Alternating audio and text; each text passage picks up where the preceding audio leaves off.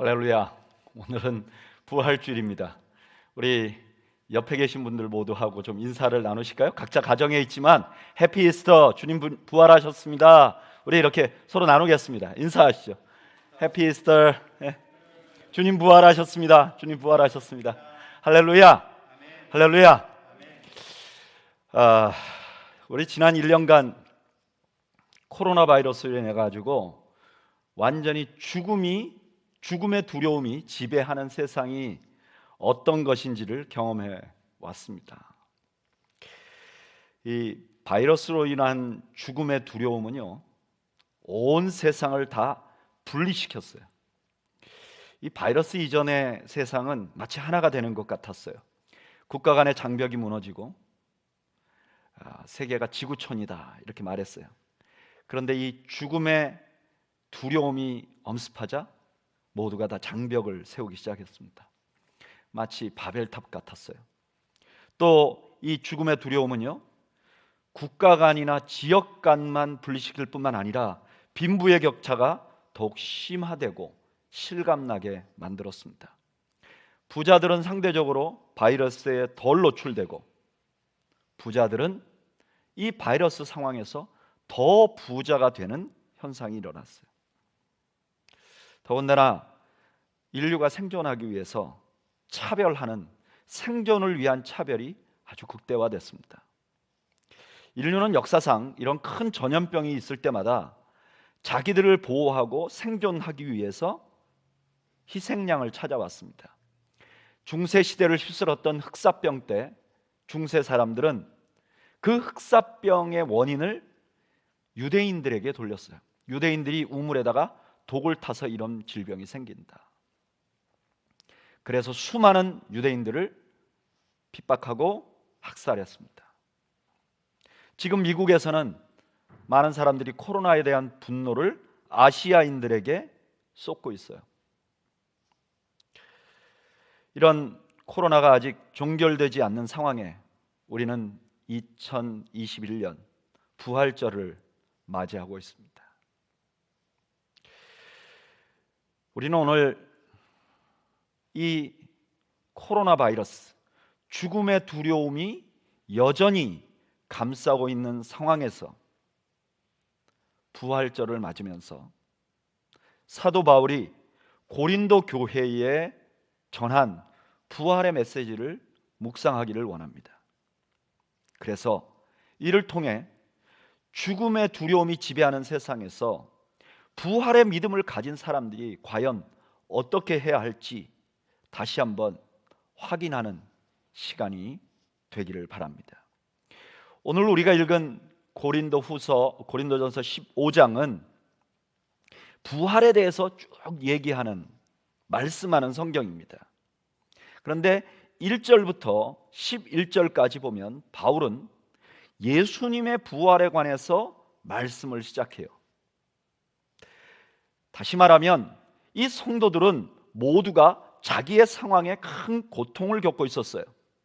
이 고린도 전서가 쓰여질 당시에 글라우디오라는 그 황제가 다스리던 시대에 그 소아시아 지역과 특별히 유대 이스라엘 지역은 극심한 기근에 시달렸습니다.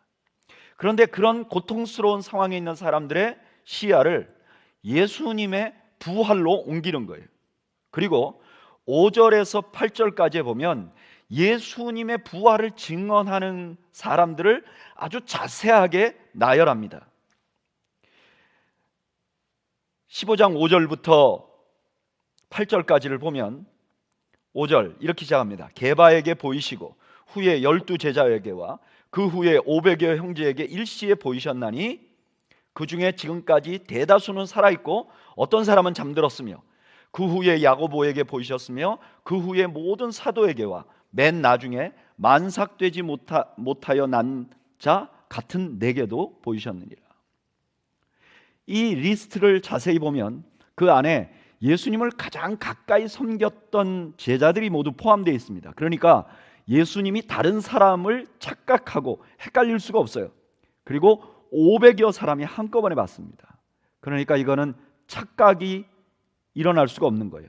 그리고 더군다나 이 500여 형제 중에 대부분의 사람들이, 상당히 많은 사람들이 바울이 이 글을 쓸 당시에 살아 있습니다. 그러니까 조작할 수가 없는 거죠. 그리고 나중에 야고보와 바울, 다시 말하면 초기에 예수님이 이 땅에서 사역하실 때 한 공동체가 아니었던 두 사람의 이름을 언급하면서 부활의 증인을 다루고 있습니다. 왜 이렇게 자세하게 다룬가요? 왜 이렇게 자세하게 바울은 말하는가요? 왜냐하면 부활이 사실이라는 것을 다시 한번 기억하게 하기 위해서입니다. 예수님의 부활은 사실이었습니다. 여러분, 오늘 2000년 전에 부활하신 예수님의 부활을 기념하는데, 이 부활은 상상이나 믿음의 산물이 아닙니다. 부활은 어떤 사건보다도 증인이 많고 확실한 이야기입니다. 더군다나 이 부활은요, 그냥 일어난 것이 아닙니다. 예수님의 부활은 말씀대로 이루어진 것입니다. 고린도전서 15장 3절 4절에 이렇게 말합니다. 내가 받은 것을 먼저 너희에게 전하였노니 이는 성경대로 그리스도께서 우리 죄를 위하여 죽으시고 장사 지낸 바 되었다가 성경대로 사흘 만에 다시 살아나사. 예수님은 성경대로 살아났다는 거예요. 예수님의 부활은 구약 성경에 계속 암시가 되어 있었어요. 그런데 그것이 드디어 이루어졌다는 거예요. 뿐만 아니라 이 예수님의 부활은 예수님께서 반복적으로 말씀했던 일이었어요. 예수님은 이 땅에서 사역하시면서 계속해서 말했어요. 나는 십자가에 죽을 것이다. 그리고 다시 살아날 것이다. 그래서 누가복음 24장 6절에 예수님의 시신을 찾던 여인들에게 천사가 이렇게 말합니다. 여기 계시지 않고 살아나셨느니라. 갈릴리에 계실 때 너희에게 어떻게 말씀하셨는지를 기억하라. 이르시기를 인자가 죄인의 손에 넘겨져 십자가에 못 박히고 제3일에 다시 살아나야 하리라 하셨느니라 한데, 예수님의 부활은 우연히 생긴 것이 아닙니다. 철저하게 하나님의 구속 계획 가운데 생겼어요. 그래서 어떤 분이 이렇게 말합니다. 부활이라는 것은 부활이 사실이라는 것을 증명하는 것보다 부활이 없었다는 것이 사실이라는 것을 증명하는 것이 더 어렵다. 한마디로 말하면 예수님의 부활을 부인하는 게 더 어렵다는 거예요. 만약에 예수님의 부활이 아니라면 500명이 동시에 체면에 걸리거나 거짓말을 해야 되는 거죠. 사도들은 그 거짓말을 자신들의 메인 메시지로 삼아야 하는 거죠. 사도행전 2장 32절에 이 예수를 하나님이 살리신지라 우리가 다 이 일의 증인이로다. 사도들은요, 부활을 초대교회 메시지의 핵심으로 만들었어요. 그리고 그 만든 것 때문에 자신들이 핍박을 당하고 죽임을 당한 거죠. 그러니까 거짓말을 메시지의 핵심으로 만들고 그 거짓말을 지킨 대로 죽었다, 이렇게 가정해야 되는 거죠. 뿐만 아니라 사복음서 기자뿐만 아니라 당대 학자인 사도 바울도 자기가 죽음을 무릅쓰고 자기 양심을 걸고 예수님의 부활을 증거하는 거예요. 오늘 우리가 읽은 본문 8절 9절에 이렇게 말해요. 맨 나중에 만삭되지 못하여 난 자와 같은 내게도 보이셨느니라. 사도 바울이 직접 봤다고 말하는 거예요. 그리고 9절에 나는 사도 중에 가장 작은 자라.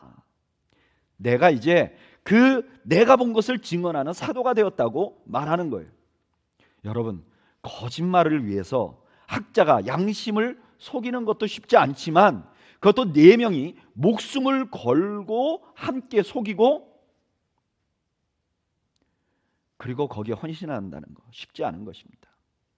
거기다가 가장 큰 증거는 교회입니다.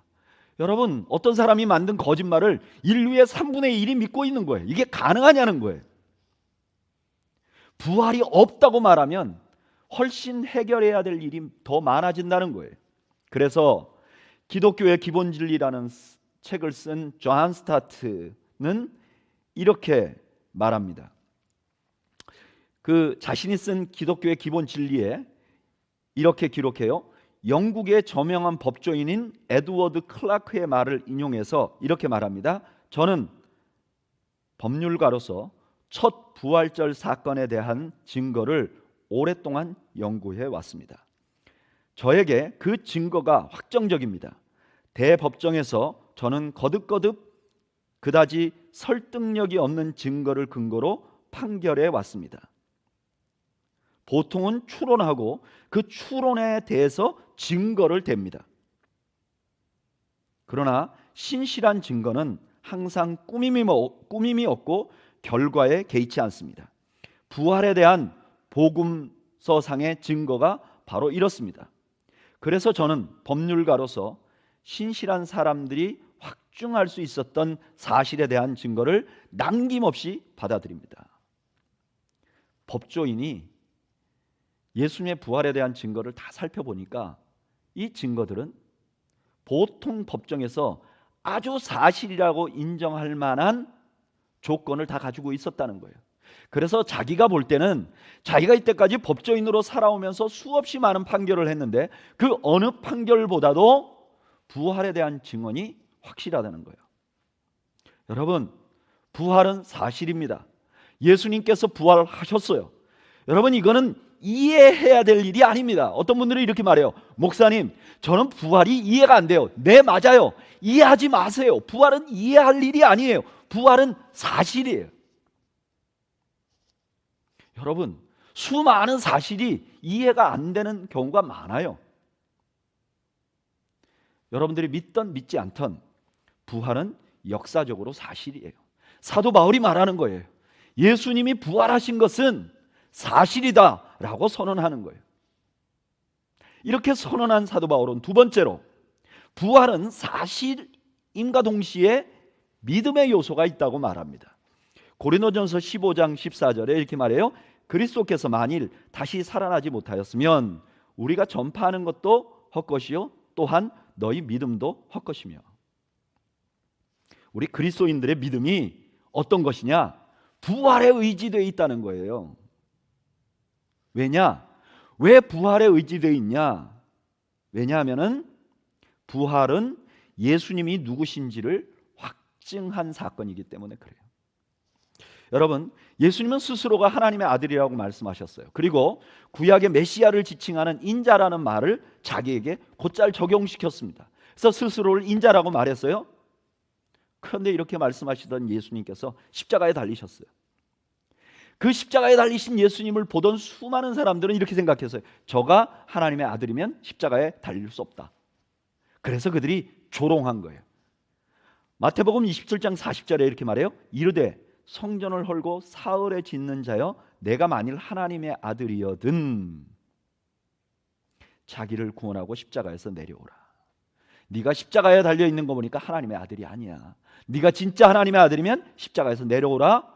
이렇게 조롱했던 거예요. 그런데 예수님은 부활하심으로써 예수님이 부활하심으로써 예수님께서 그동안 했던 말이 사실이라는 것을 선포한 거예요.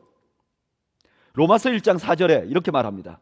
성결의 영으로는 죽은 자들 가운데서 부활하사 능력으로 하나님의 아들로 선포되셨으니 곧 우리 주 예수 그리스도시니라. 아멘. 예수님은 부활하심으로 자신이 하나님의 아들이심을 선포하셨다고 말해요. 또한 부활은요, 예수님께서 이루신 구원을 우리에게 확증해 주는 역할을 합니다. 여러분, 예수님께서 십자가에 달리시기 전에 이렇게 말씀하셨어요. 마태복음 26장 27절 28절 이 잔을 가지사 감사기도 하시고 그들에게 주시며 이르시되 너희가 다 이것을 마시라. 이것은 죄 사함을 얻게 하려고 많은 사람을 위하여 흘리는 바 나의 피 곧 언약의 피니라.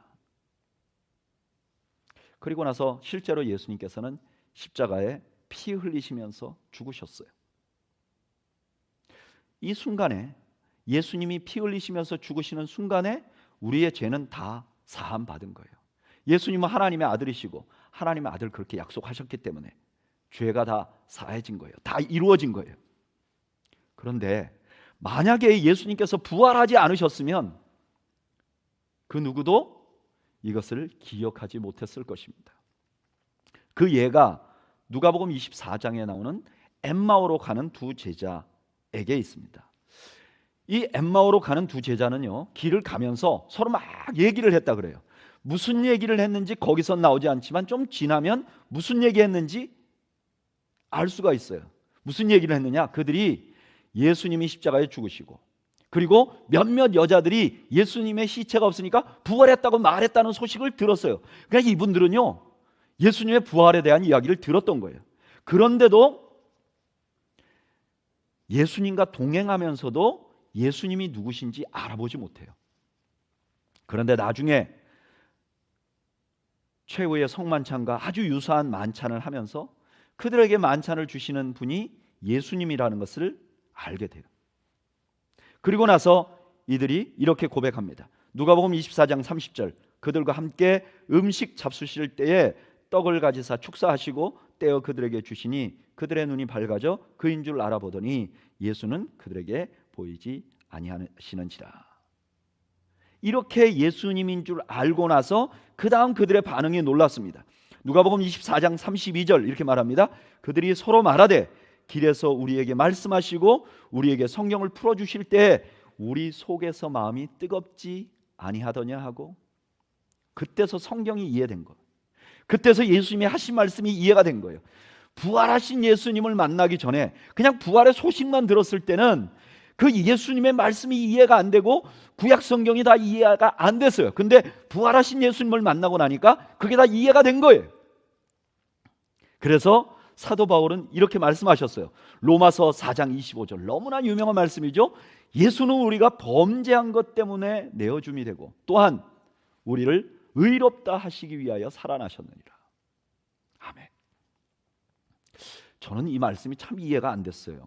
아니 어떻게 우리가 범죄한 것 때문에 예수님이 내어줌, 즉 십자가에 달리셨다는 것은 이해가 됩니다. 그런데 예수님께서 우리가 의롭다 하기 위해서 살아나셨다? 이건 무슨 의미일까? 저는 잘 이해가 안 됐어요. 근데 말씀을 묵상하면서 저 혼자 이렇게 생각해 봤어요. 여러분, 예수님이 십자가에 달리심으로 우리의 죄는 다 용서받았어요.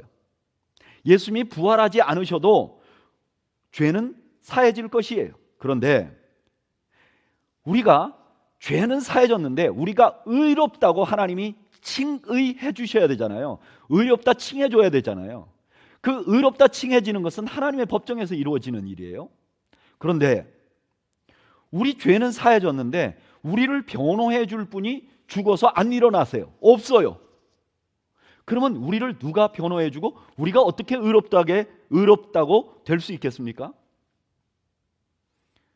그 다음에 만약에 의롭다고 칭의해 주셨다 하더라도 주님이 부활하시지 못했다면 이 엠마오로 가는 제자들처럼 예수님이 하신 말씀을 아무것도 기억하지 못한다면 우리는 죄가 용서해졌어도 계속 죄의 종노릇하고 살았을 거예요. 그런데 부활은 우리가 의롭다함을 받았다는 것을 확신하도록 만들어 주었다는 거예요. 여러분, 예수님의 부활은 그냥 부활이 아니라 예수님이 누구신지 알려주시고 예수님이 우리를 위해서 한 일이 무엇인지 알려주고 확증시켜 준다는 거예요. 뿐만 아니라 예수님의 부활은 우리에게 영원한 천국에 대한 소망을 주세요. 고린도전서 15장 19절 20절에 너무나 유명한 말씀이 있죠. 만일 그리스도 안에서 우리가 바라는 것이 다만 이 세상의 삶뿐이면 모든 사람 가운데서 우리가 더욱 불쌍한 자이리라. 그러나 이제 그리스도께서 죽은 자 가운데서 다시 살아나 잠자는 자들의 첫 열매가 되셨다. 아멘. 저는 이 말씀을 처음 들었을 때는 이렇게 생각했어요. 예수님 부활하셨지. 그래서 우리도 부활할 것이라고 하는 그런 기대를 갖게 된 거야. 예수님 부활 보고 우리도 언젠가 다시 살아날 것이야 라는 소망을 갖게 됐어 라고 생각했어요. 그런데 이 말씀은 제가 생각하는 것보다 훨씬 더 깊은 의미를 포함하고 있었습니다. 여러분, 죽음 이후의 삶이 있다는 것은 예수님이 이미 가르치셨어요. 그리고 죽음 이후의 삶이 있다는 것은 바리새인들도 다 믿었습니다. 그런데 여러분 잘 생각해 보세요. 우리가 죽고 나서 부활이 있다는 것이 꼭 소망이 되지 못할 수도 있습니다. 왜냐? 죽고 나면 심판이 있기 때문에 그래요. 히브리서 9장 27절에 이렇게 말해요. 한 번 죽는 것은 사람에게 정해진 것이요 그 후에는 심판이 있으리니. 죽고 나면 하나님 앞에 심판받는다. 그런데 만약에 우리의 죄가 해결이 안 되면 우리가 그 심판을 견디지 못할 거예요.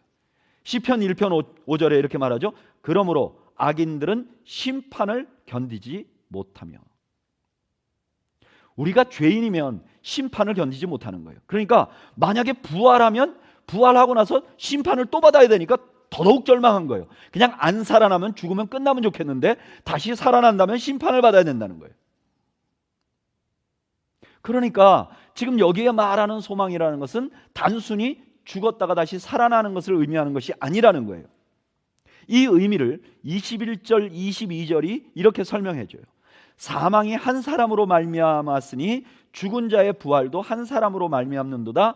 아담 안에서 모든 사람이 죽은 것 같이 그리스도 안에서 모든 사람이 삶을 얻으리라. 예수님의 부활이라는 것이 우리 부활의 첫 열매가 되었다는 것을 사도 바울은 이렇게 설명해요.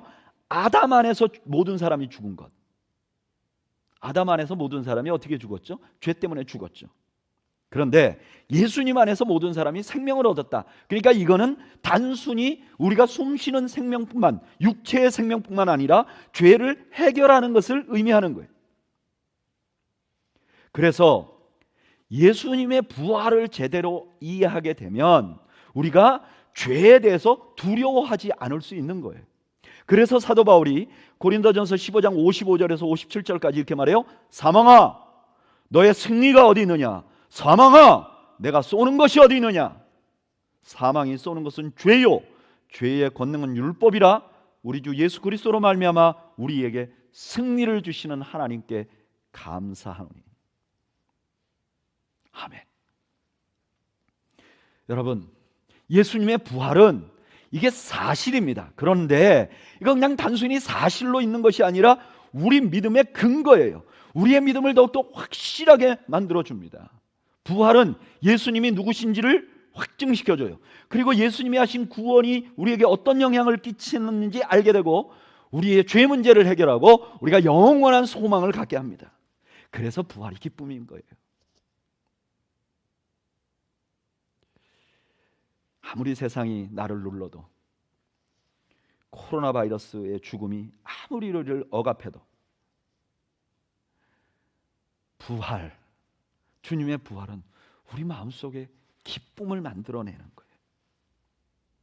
그 주님의 부활을 생각하면 내가 믿고 있는 주님이 누구시고 그 주님이 하신 일이 무엇이며 내가 영원한 소망을 갖게 되었다는 것, 이것 때문에 마음속에서 기쁨이 생겨나는 거예요. 오늘 부활의 주일날 저는 여러분들 마음속에 이 기쁨이 넘쳐나시기를 주님의 이름으로 축원합니다. 그냥 그 옛날에 있었던 그 부활절을 기념하는 것이 아니라 그것이 나에게 준 소망을 생각하면서 정말 기뻐하고 감격하는 역사가 저와 여러분들을 감싸고 기쁨이 충만하게 하는 은혜가 있기를 주님의 이름으로 축원합니다. 이 부활은 사실이고 또한 믿음의 영역이지만 이것으로 끝나는 것이 아니라 우리의 삶에 강력한 영향을 주고 있어요. 부활은 삶입니다.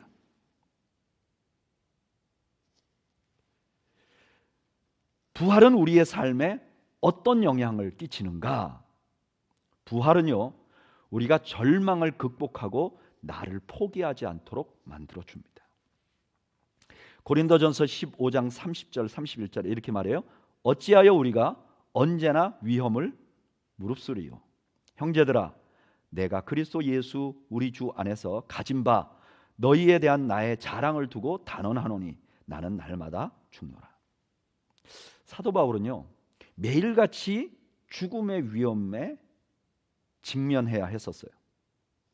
복음을 전하다 보니까 날마다 야, 이거 내일 죽는 거 아니야? 아마 코로나 바이러스 상황에 있는 사람들에게 있는 죽음에 대한 두려움 같은 그런 그것보다 훨씬 더 강력한 죽음을 직면하는, 매일 직면하는 그런 상황에 있었을 거예요. 그런데 그 다음에 이렇게 말해요. 고린도전서 15장 32절에 내가 사람의 방법으로 에베소에서 맹수와 더불어 싸웠다면 내게 무슨 유익이 있으리요? 그렇게 하고 나서 그 다음에 뭐라 그러냐면은 죽은 자가 다시 살아나지 못한다면 이라고 말해요.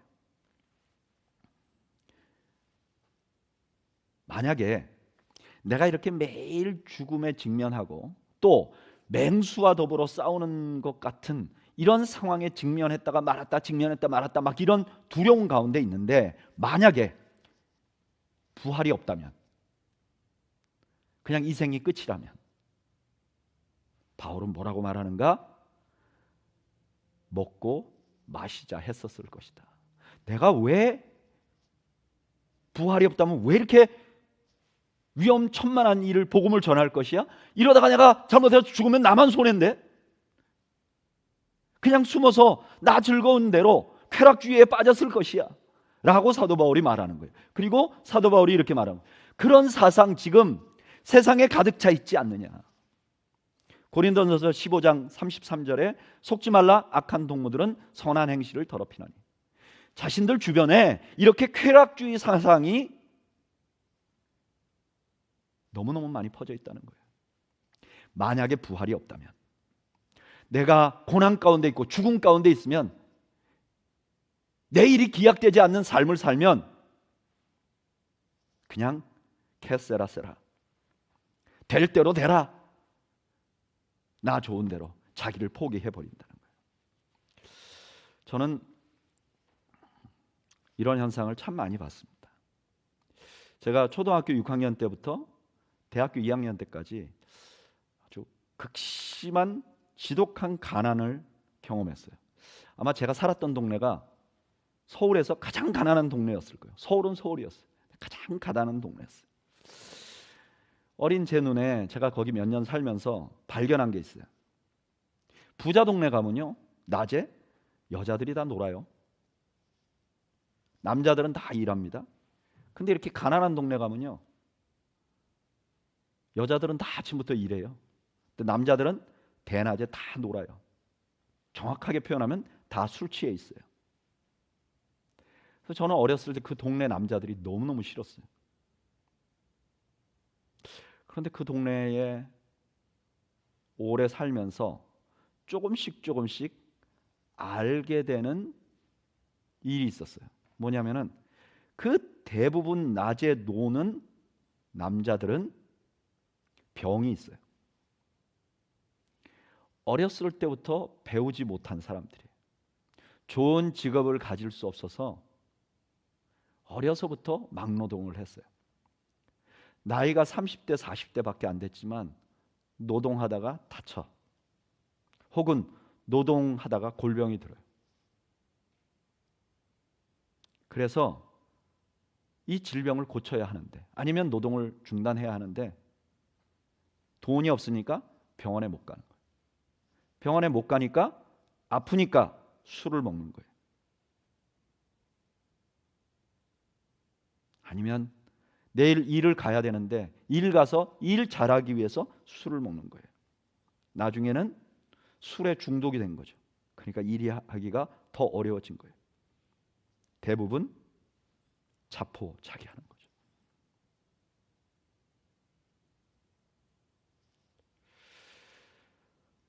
사실은 반복된 죽음이나 반복된 좌절에 노출이 되면요, 누구나가 다 나를 놔버리고 싶어요. 뭐 그렇게 열심히 살 거 있나, 그런 생각이 들어요. 어떻게 보면 그분들이 이해가 되기 시작했어요. 그런데 그 마을에서 제가 다니던 교회는 작은 개척교회였어요. 그 교회는 대부분 그 동네 사람들이 다니는 거예요. 그 동네 사람들은 다 비슷하게 살았어요. 어떤 분들은 부부가 교회 나오는 분들도 있었어요. 그런데 어떤 분들은 남편은 알코올 중독자고 여자분이 혼자서 낮에 노동을 하는 그런 분이 주일날 교회를 나오는 거예요. 주일날이 되면 깨끗이 옷을 차려입고 나오는 거예요. 아니, 어떤 분들은 평소에는 알코올 중독자 같이 지내다가도 주일날이 되면 옷을 입고 나오는 거예요. 더 놀라운 것은요, 그런 분들이 금요일 철야 기도를 나오는 거예요. 밤 10시부터 새벽 4시까지 하는 기도에 나오는 거예요. 나와서 부르짖는 거예요. 하나님 앞에 살려달라고 부르짖는 거예요. 하나님 앞에 자신들의 자녀를 위해서 기도하는 거예요. 하나님 앞에 자신들 마음속에 맺힌 걸 놓고 부르짖는 거예요. 그때는 토요일 날 다 일을 할 때였습니다. 그 다음날 또 노동판에 가서 일을 해야 되는데 10시부터 4시까지 새벽까지 기도하고 2시간 3시간 자고 또 일 가면서 저에게 이렇게 말해요. 전도사님, 금요기도에서 은혜 받으면 그 다음날 피곤하질 않아. 참 신기해. 저는 그때 그분들이 제정신이 아니라고 생각했어요. 그런데 지금 돌아보니까 그것이 부활의 능력이에요. 여러분, 부활은요, 우리를 견디게 합니다. 우리가 절대로 우리를 포기하지 않도록 만들어줘요. 저는 이 부활의 능력이 우리 성도들에게 가득하기를 축복합니다. 이 설교를 듣는 사람들에게 가득하기를 축복합니다. 뿐만 아니라 사도 바울은 고린도전서 15장 34절에 이렇게 말해요. 깨어 의를 행하고 죄를 짓지 말라. 이것은 이런 뜻이죠. 만약에 부활이 없다면 의를 행할 필요가 있겠느냐? 이런 뜻이죠. 사도 바울이 지금 자기가 자꾸 핍박을 당해요. 복음 전한다는 것 때문에 맞아요.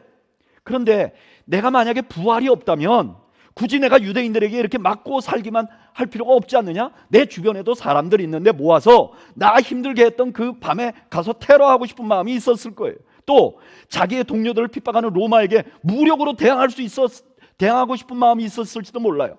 여러분, 사실 사람이 자꾸 당하면요, 복수하고 싶어져요. 부끄럽게도 목사인 저에게도 가끔 그런 마음이 들어요. 나에게 없는 말을 퍼뜨린 사람들, 나도 가서 그 사람 없는 말을 퍼뜨려 버릴까, 이런 마음 막 들어요. 내 가슴에 못이 박히게 한 사람들, 저 사람 마음에 절대로 안 지워질 못 박힐 말을 한번 뱉어버릴까, 그런 생각이 들어요. 나를 불행하게 만든 사람들, 나도 불행하게 만들어버리고 싶은 마음이 생겨요. 여러분, 부활이 없다면 우리는 어쩌면 당연히 그렇게 흘러가게 될지도 몰라요. 제가 그 경영학 책을 좀 읽어보니까요, 거기에 뭐 처세술 이런 계통의 책들이 있어요. 근데 처세술을 가만히 읽어보면 이런 거예요. 네가 원하는 것을 잘 얻어. 그리고 너를 방해하는 자들을 눈에 안 띄게 치명적으로 피해를 줘. 어떻게 하면 눈에 안 띄게 치명적으로 피해를 주고 그들이 너의 성공에 걸림돌이 안 되도록 만들려면 이렇게 해야 돼. 뭐 이런 것이 처세술이에요. 안타까운 것은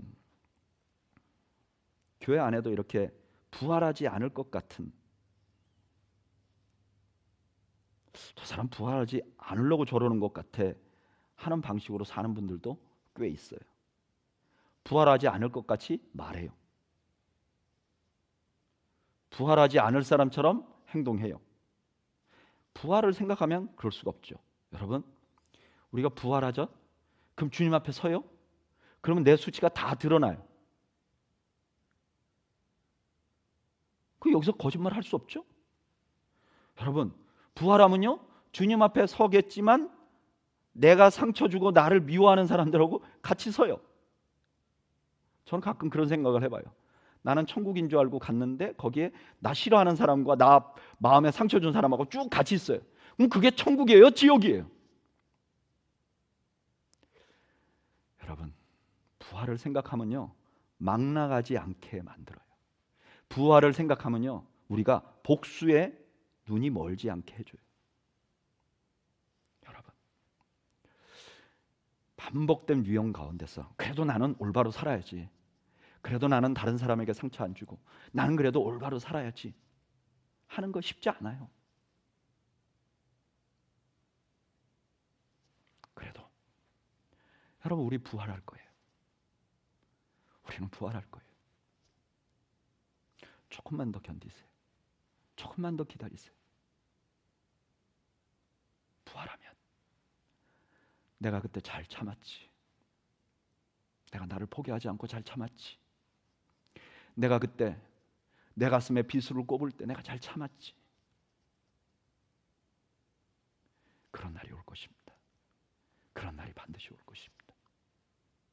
뿐만 아니라 부활은요, 우리가 의심을 극복하고 주님 앞에 더 헌신하도록 만들어줘요.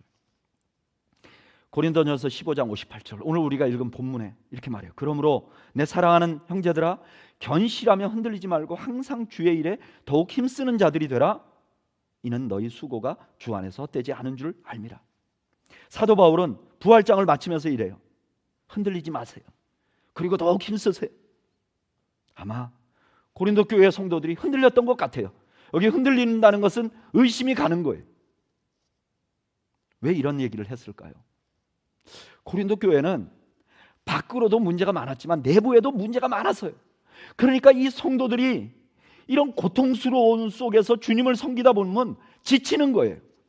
야, 이거에 끝이 없네. 아니, 이 교회는 뭐 안에 문제가 뭐 시리즈로 계속 생겨나? 아니, 우리가 사는 세상은 왜 이렇게 기독교인을 미워하는 거야? 아니, 우리가 뭔 잘못을 했다고 자꾸 황제는 우리를 핍박하고 이러는 거야. 이렇게 섬기다 보면 그 마음속에 야, 이제 지친다, 이런 생각을 할 수도 있다는 거예요. 그래서 사도 바울이 뭐랬냐면 헛되다, 이렇게 말해요. 여기 헛되다는 건 비어있다. 그러니까 성도들이 이런 생각을 하는 거예요. 야, 이거 다 헛짓이다, 헛짓. 여러분, 이럴 때가 있죠. 봉사를 하다 보면 야, 이거 허무하다, 이런 때가 있죠.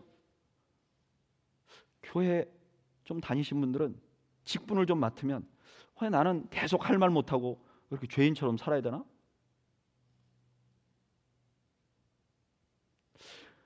나는 꽤 열심히 교회나 혹은 주변에 주님을 위해서 봉사했는데 나한테 남은 건 뭐지? 제 친구들 중에 선교사들이, 특별히 중국으로 간 선교사들이 요즘 많이 추방됩니다.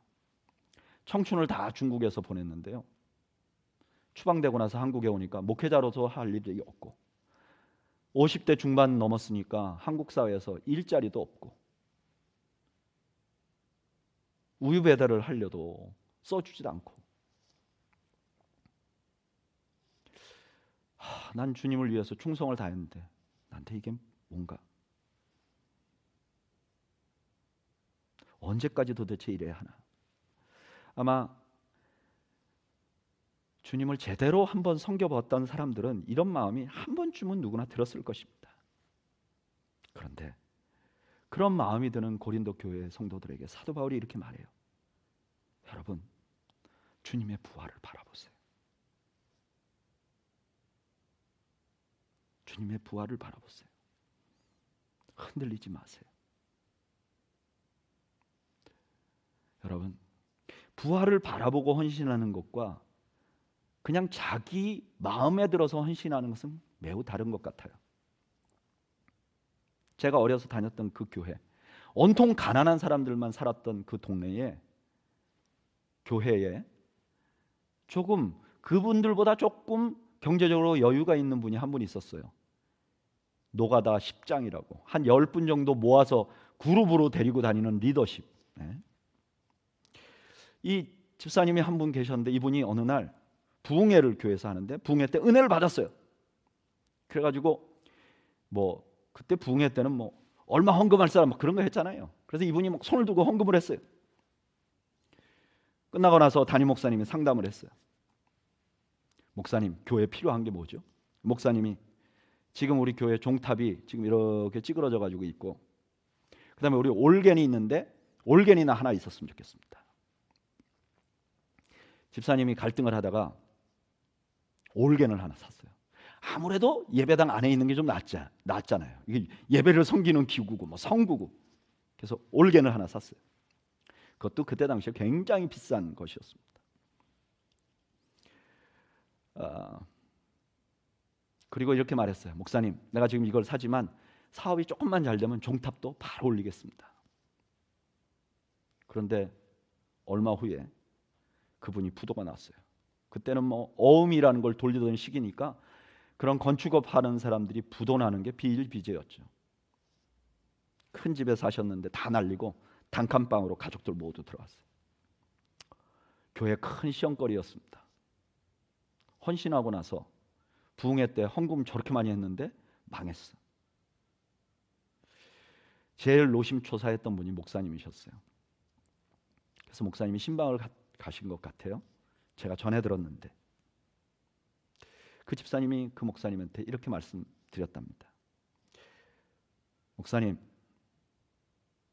내가 지금 다 날리고 나니까 그때 그냥 종탑도 할 걸 그랬나 봐요.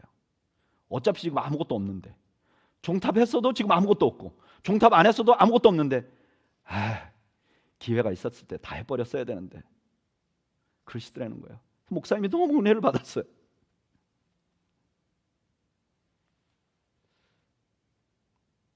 네, 부활은 바로 그런 의미를 주는 것 같아요. 고통이 있으면 있을수록 하나님 나라를 더 바라보게 하는 것 같아요. 흔들리기는커녕 더 헌신하게 만드는 것 같아요. 지난 1년 동안 우리는 코로나 바이러스를 경험했어요. 어떤 분들에게는 이것이 아주 치명적인 절망을 줬어요. 믿음이 막 뿌리채 흔들리는 분들도 많아요. 한국 교회에서 목회하시는 동료 목사님들 얘기 들어보면 너무나 많은 사람들이 지금 교회를 떠났대요. 그리고 반대로 이기주의, 자기 가족만 지키고 자기 목숨을 지키고 그냥 하여튼 자기를 지켜야 된다, 이기주의가 아주 팽배해서 서로 나눔이 어렵대요. 근데 여러분, 분명하게 부활의 믿음이 있는 사람들에게는 코로나 바이러스는요, 이 땅의 한계를 너무 분명하게 보여주는 것입니다. 어제까지 건강했던 분들이 하루아침에 세상을 떠났다는 소식을 우린 너무 많이 들었어요. 아니, 우리 주변에는 이런 분은 없다 하더라도 우리 계획대로 안 된 건 너무 많잖아요. 제일 계획대로 안 된 게 여행이잖아요. 우리 여행 가려고 계획 세웠던 거 작년에 아무것도 못했잖아요. 여러분, 우리가 아무리 계획 세워도 하나님이 안 되게 하면 안 되는 것입니다. 이게 우리의 한계예요. 코로나 바이러스가 우리에게 그걸 가르쳐 준 거예요. 부활의 믿음이 있는 사람들은 우리의 한계를 볼 수 있는 것이죠. 그리고 더욱 주님 앞에 헌신하게 만들었던 거죠. 지난번에도 한번 말씀드렸지만 제가 일했던 그 컴패션이 작년에 후원자들의 숫자는 좀 줄었대요. 후원하시던 분들이, 후원을 중단한 분들이 좀 생긴 거예요. 그런데 고액 후원자들이 갑자기 내가 내 재산 이렇게 있는데 내가 아이들을 위해서 이렇게 희생하겠습니다, 헌신하겠습니다 하는 사람들이 늘었대요. 그래서 전체의 헌신은 더 늘었다는 거예요. 부활은요, 우리가 고난 중에 있을 때, 죽음을 직면하고 힘들 때 우리를 흔들리게 만드는 게 아니라 오히려 더 또렷하게 우리의 목표를 보도록 만들어주는 축복인 것이죠. 여러분, 코로나 바이러스는 아직 끝나지 않았습니다. 긴장을 늦추지 마세요. 지금 백신 맞은 분들 좀 있다고 긴장을 늦추면 안 됩니다. 우리가 1년 반 동안, 1년이 넘게 기다려왔는데 마지막 순간에 우리가 더 조심하면서 기다려야 합니다. 저는 우리 성도들이 더 조심하면서 기다리기를 바라요. 어쩌면 여전히 죽음의 두려움이 우리를 감싸고 있는지도 몰라요. 그런데 이 상황은 우리가 바꿀 수 없어도 여러분, 우리가 이런 때 우리 마음속에 부활의 신앙을 좀 더 또렷하게 할 수 있어요.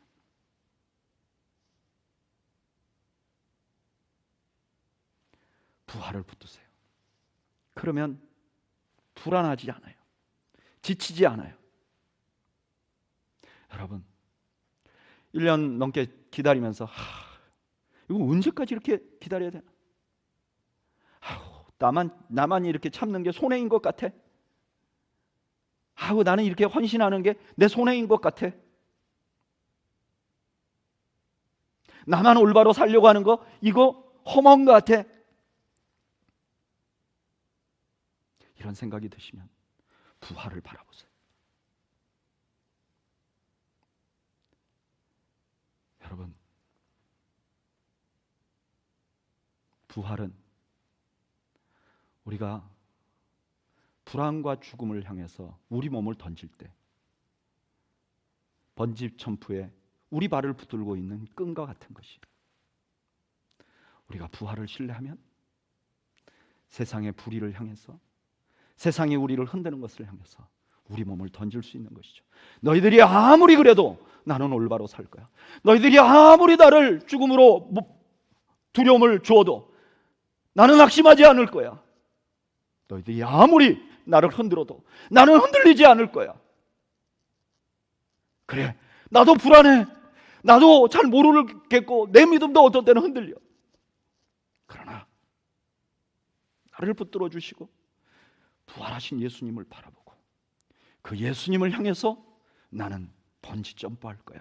내 믿음의 모험을 감행할 거야 하는 결단을 할 수 있는 것이죠. 저는 이 불안과 죽음의 세대에 예수 그리스도의 부활을 여러분들의 가슴에 안고 주님의 나라를 위하여 번지 점프하는 여러분들이 되시기를 주의 이름으로 축복합니다. 우리 잠시 눈을 감고 잠시 기도할까요?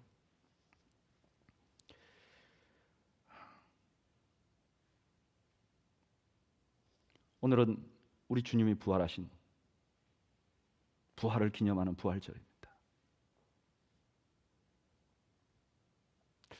내 마음에는 지금 부활의 기쁨이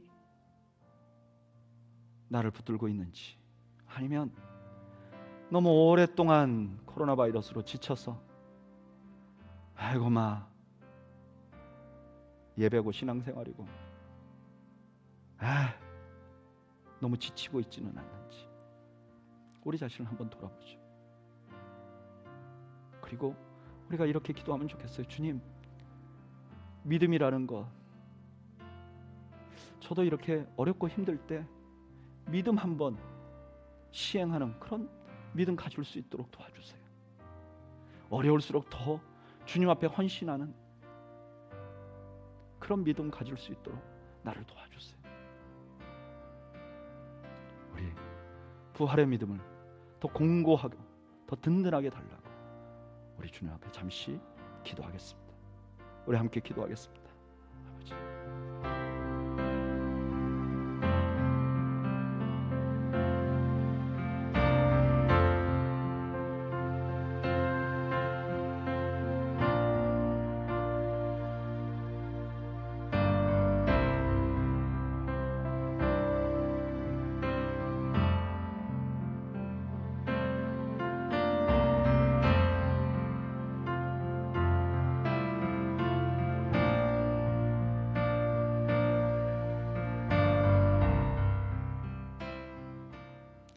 이제는 부활하신 예수 그리스도의 은혜와 아들을 이 땅에 보내신 아버지의 사랑과 우리 안에서 그 부활이 살아 움직여 절망과 죽음 가운데서 하늘의 소망을 더 굳건히 갖도록 도와주시는 성령님의 역사가